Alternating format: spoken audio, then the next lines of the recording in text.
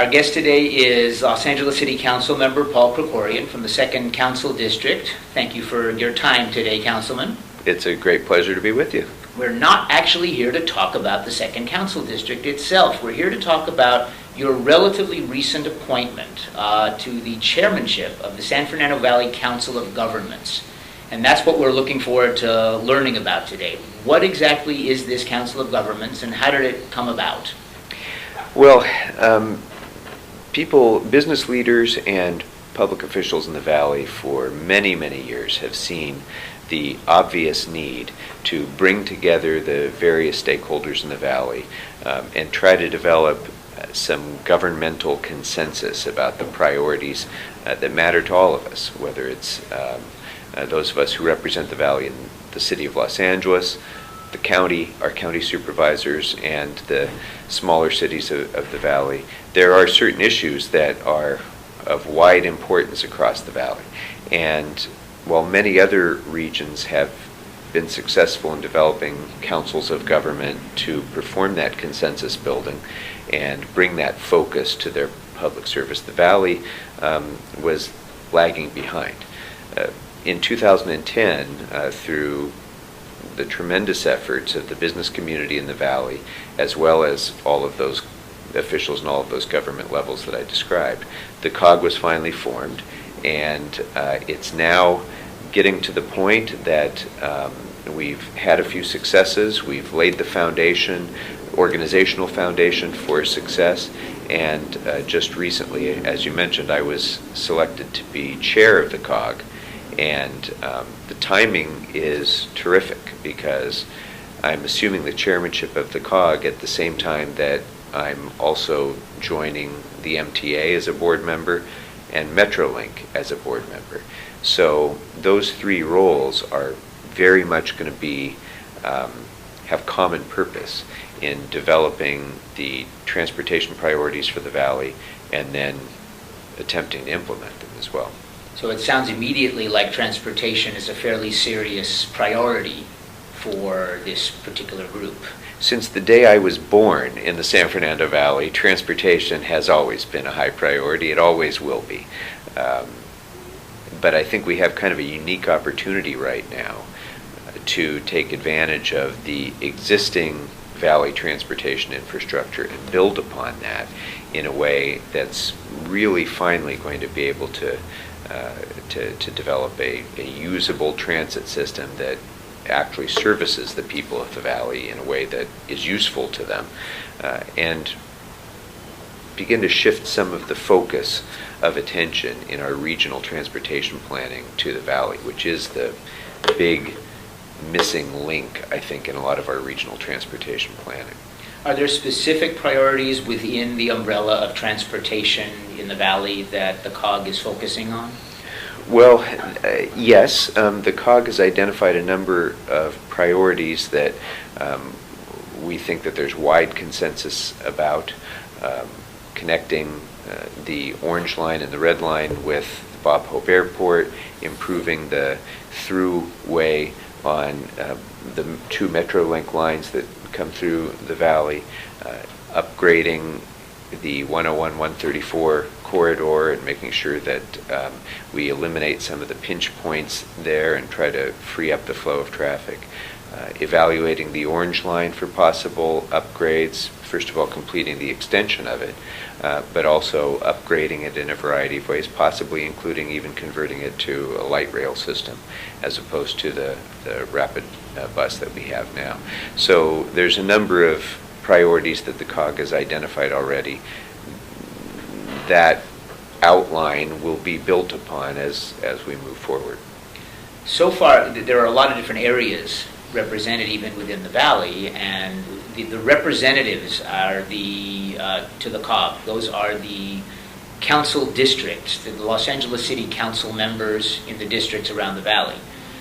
Who else is in on this? So we have all of the San Fernando Valley City Council members, the Los Angeles City Council members whose districts include the San Fernando Valley. In addition, we have Supervisor Yaroslavsky and Supervisor Antonovich. And then we have representatives from the City of Burbank, the City of Glendale, the City of San Fernando, and the city of Santa Clarita. And that makes up the team that forms this? That forms the Council of Governments. Those are the governments within the Council of Governments.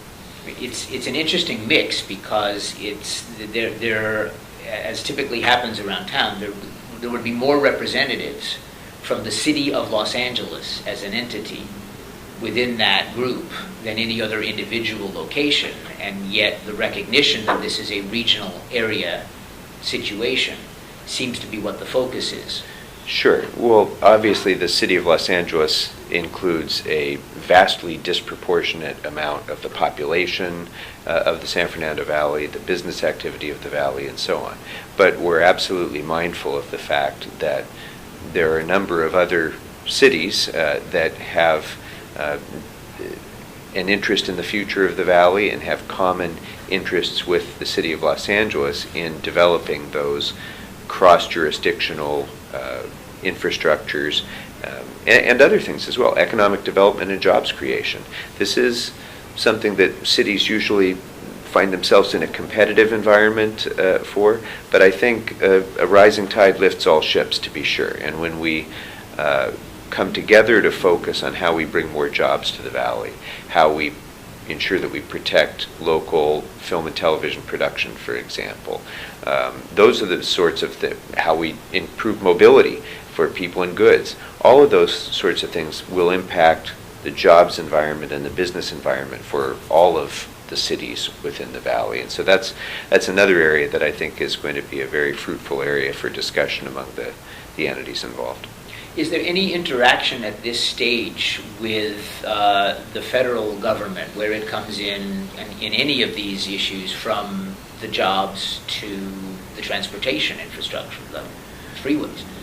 Well, one of the reasons, I think, one of the important reasons for having a Council of Governments is, yes, to develop a priority list that we all can develop consensus around, but then also doing something with that and having a unified effort to appeal to our representatives in Congress and in the administration in Washington, I think gives us greater voice, greater influence when we all come together to speak collectively on behalf of the nearly 2 million people that live in the San Fernando Valley.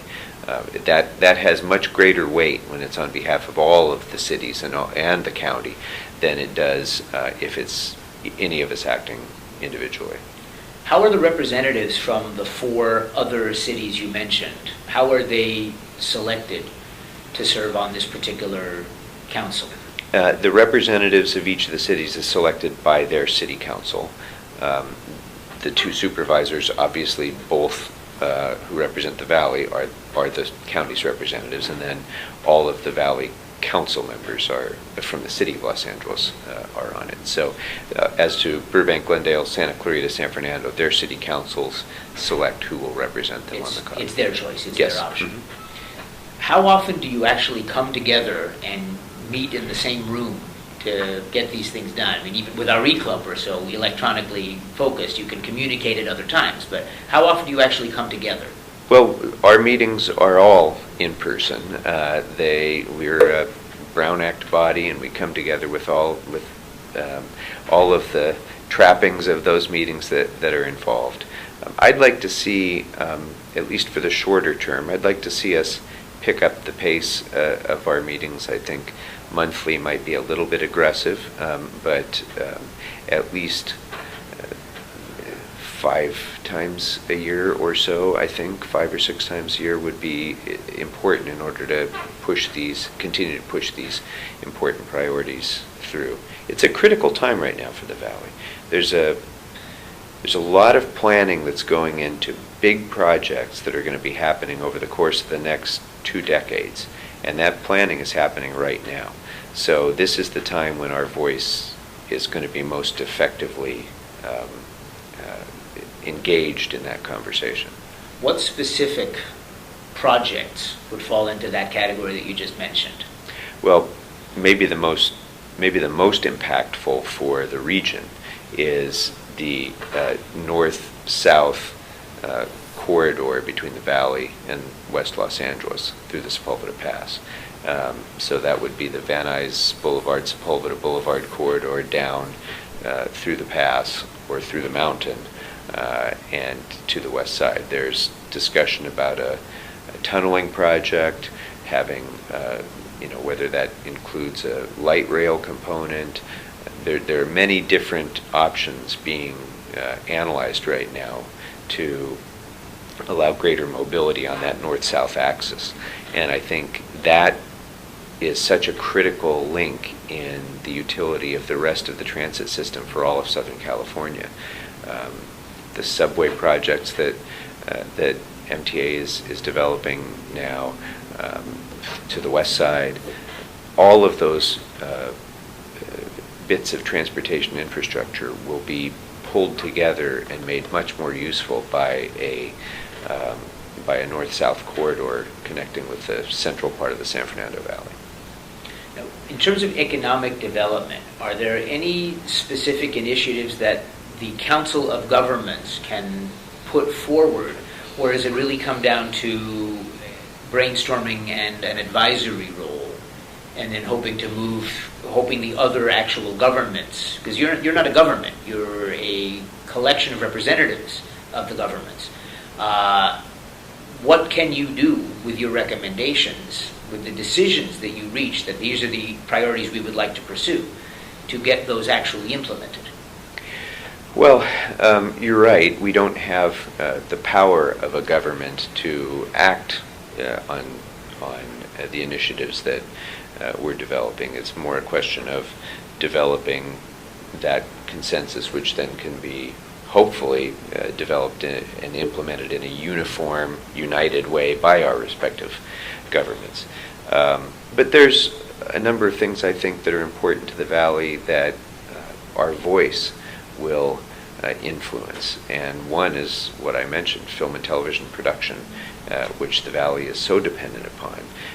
And so many of the middle-class jobs that film and television production sustains in Southern California are located in the Valley, and the residents of the Valley are dependent upon those jobs, and yet we see them continuing to flee to other states and other countries that are offering more lucrative production tax incentives than we have here. Now, I was proud to be the author of the California Film and Television Production Tax Incentive, the first one that was ever enacted in this state after decades of failed attempts. And that's an important step, but that's due to expire, and we need to continue to advocate as a community, and all of our respective government entities need to advocate to ensure that Sacramento continues that credit forward and finds ways to expand it. In the 3 years this has been happening, with a percentage of representatives in the Los Angeles City Council on the San Fernando Valley Council of Governments, still dealing with many city council districts that aren't out here, how has this impacted on the business of the Los Angeles City Council as a whole, as you consider as that body what is coming out specifically of the San Fernando Valley and its needs?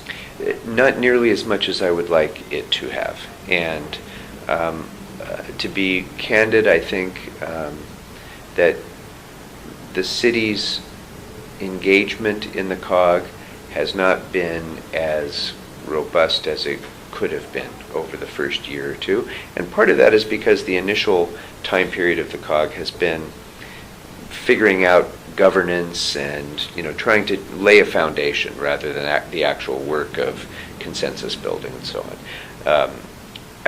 I'm hopeful that now that a city representative, namely me, is in the chairmanship role, that will give us a greater opportunity to have a voice within the council as well. One of the things that some of us have started doing informally is just bringing I've started a breakfast where the Valley representatives just get together and have breakfast once every month or so, just so that we can start discussing these things internally within the city as well, the Valley representatives. And that will give us, again, more of an opportunity to speak with a single voice in the council. And when you consider that about 40% of the population of the city lives in the San Fernando Valley, this is one of the great engines of economic activity for the city. We see continuing growth here, both in business, in housing, and so many other areas. And we have some very strong government representation here in the Valley as well. This is really a great time, I think, for the Valley to step up and take its rightful role in the public discourse within City Hall, but more broadly than that as well. Interesting, and you may not be the right one to ask, but observationally, you can tell me what you've seen. What's interesting is that all of the representatives on the Council of Governments are part of a city's government, except for Supervisor Antonovich and Supervisor Yaroslavsky. So it would seem that they almost have a different viewpoint on some of the issues because they are, in a sense, representing pieces of everything. They're not city-based.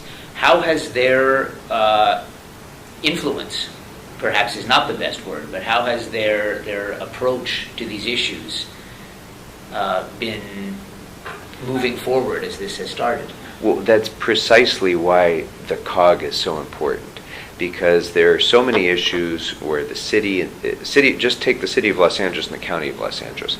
There are so many areas where we have interface, where we have overlapping authority, where we have joint funding responsibilities for a particular thing.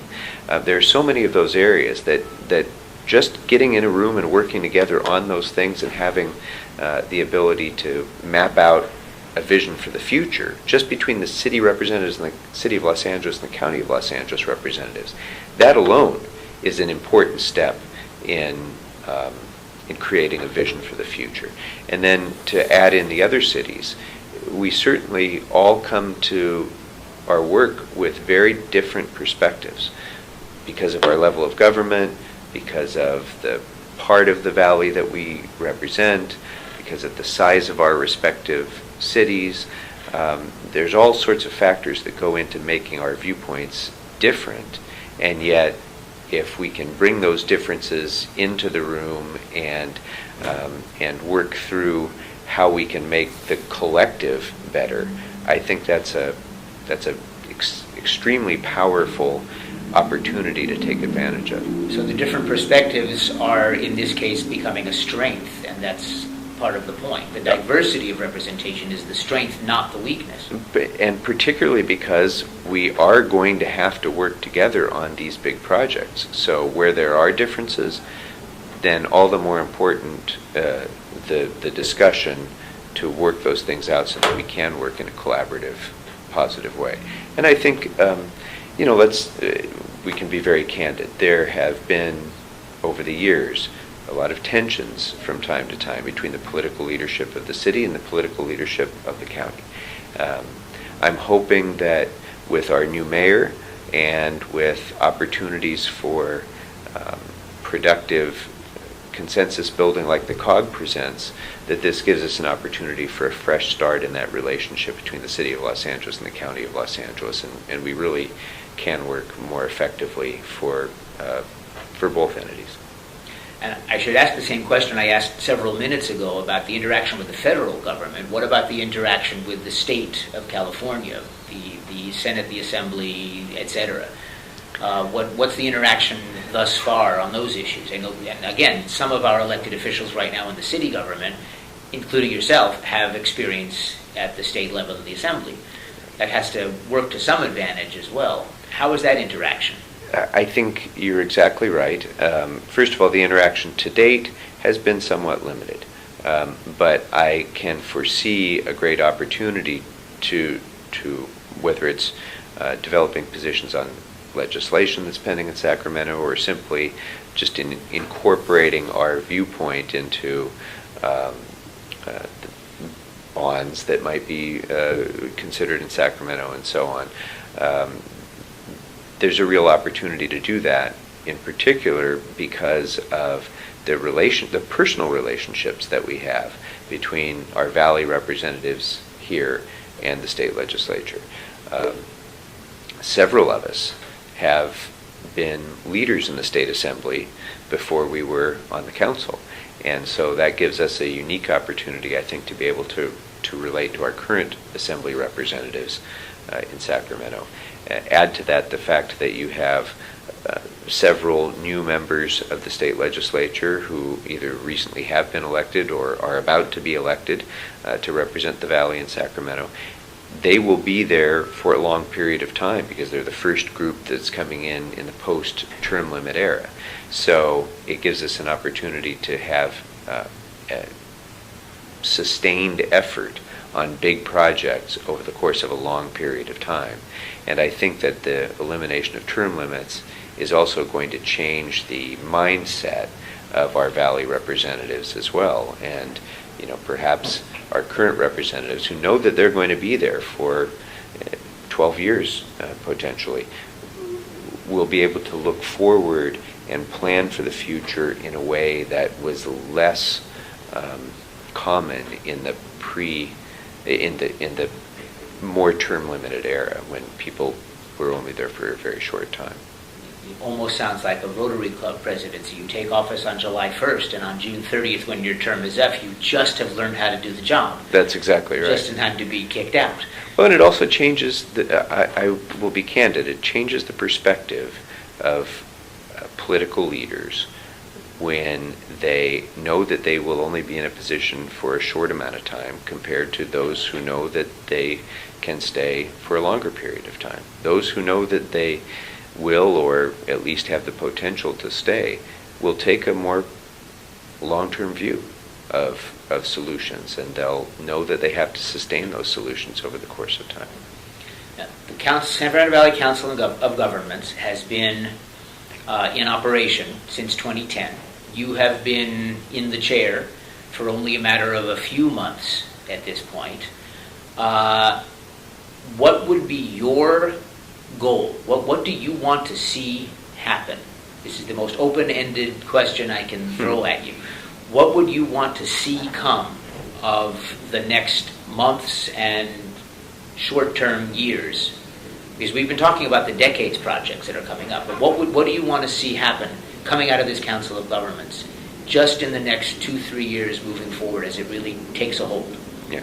Well, I'm hoping, this is amorphous, but I'm hoping to inject a little more vitality in the engagement of the COG in these issues that I hope that we'll be focusing on, which will be transportation and economic development primarily. And then for the longer term, I have some thoughts about collective environmental goals that we should be seeking as well, in terms of open space protection, water in particular. Those are a couple of areas that I think we should be working on. But we do have a unique opportunity right now. We have a significant number of new members who are new to the council and therefore new to the COG. We have two members who serve, well, no, 4 members who serve on the MTA board. That's a unique opportunity to give the Valley a very loud voice on transportation issues. So I really want to see us get engaged in those, and I want to see us starting to move forward in being the focal point for planning for the decades to come. So somehow we need to find a way to understand everything there is to know about the San Fernando Valley in 22 or 23 minutes. And all things considered, if there were one issue, if you could point to, this is a nasty question, it's not fair, I apologize. What's the one most important issue you perceive in the Valley? If you had to toss a coin between economic development and transportation, and and the environment matters and all these other things matter, what should we as citizens, or as representatives of a service club even more so, how we can help with some of these things? What's the one thing we should be focusing on to make the community better for all of us? I wouldn't call it unfair, but it's difficult to boil it down to one. I'll take difficult. Let me just, I guess I would say this. I was born and raised in the San Fernando Valley. I was the typical middle-class suburban kid growing up. My dad served in the Marine Corps in World War II, had a high school education, and my mom and dad were able to give us, a really high-quality life in the suburbs, in the valley. This was a place that had very high quality of life, very low crime rate, wide open streets, some of the finest schools anywhere in the country. And the reason for that, and the reason that I was able to benefit from that upbringing, was that the generation of leaders who came before planned for the future and invested in it, frankly. And so the Pat Browns and leaders like that, Jesse Unruh and others, and even, if I may, Sam Yorty and Tom Bradley and others, saw that there was a need to not have a constrictive view of our future, but to have a bright, optimistic view of the future and then lay the foundation to build it. And that's the opportunity that I think we have again right now. We haven't always followed that viewpoint, and over the last few years the Valley has strained under its growth, congestion. We've had some issues with crime. I think we have an opportunity to turn it back around and to start to redevelop that kind of commitment to the quality of life that we had when I was growing up, and I certainly am committed to doing that, and I want to make sure that the kids that I'm raising in the Valley have the same opportunities for that kind of future that I had.